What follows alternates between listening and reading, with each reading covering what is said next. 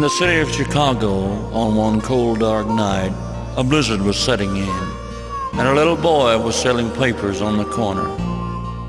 The people were passing him by, trying to get home and out of the cold. And it was so cold, and he wasn't selling any papers, so he went up to a policeman and said, "Sir, you wouldn't happen to know where a poor boy could get a warm place to sleep tonight, would you?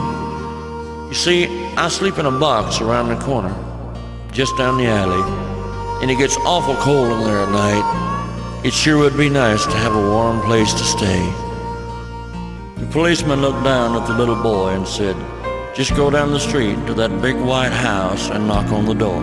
When they come to the door, say John 3:16, and they'll let you in." So he did like he was told and went up and knocked on the door, and a lady answered the door, and he looked up and said, "John 3:16, and she smiled and said, "Come on in, son." And she took him and set him down in an old split-bottom rocker in front of a big old fireplace, and then she went away. As he sat there a while, he wondered to himself, John 3:16, I don't understand it, but it sure does make a cold boy warm. Later she came back and asked him, "Son, are you hungry?" And he said, "Well, just a little. I haven't eaten in a couple of days. I guess I could stand a bite to eat." So she took him into the kitchen, and she set him down at a table full of wonderful food. He ate until he couldn't eat anymore. And he sat there wondering to himself, John 3:16, I still can't understand it, but it sure makes a hungry boy full. Then she took him upstairs to a bathroom with a big old bathtub filled with warm water. As he soaked, he thought to himself, John 3:16, I don't understand it, but it sure makes a dirty boy clean. You know, I never had a bath, not a real one. The only bath I ever had was when I stood in front of an old fire hydrant and they flushed it out.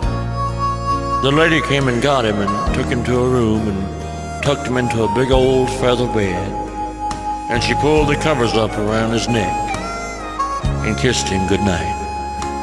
And then she turned out the lights.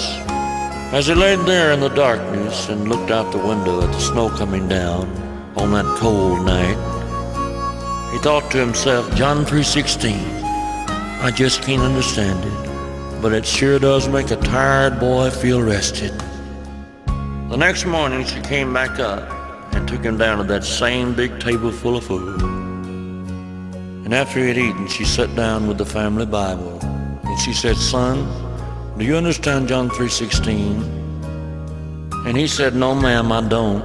The very first time I ever heard it was last night when the policeman told me to use it. So she opened the Bible to John 3:16 and began to tell him about Jesus. And right then and there, next to that big old fireplace, he gave his heart and his life to Jesus.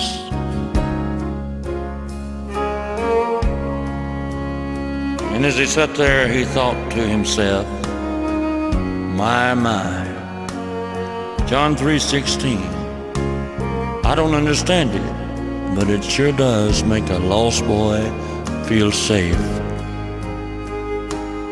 You know, I have to confess, I don't understand it either, how God would be willing to send his son to die for me, or how Jesus would be willing to do such a thing. I don't understand it either, but it sure does make a life worth living.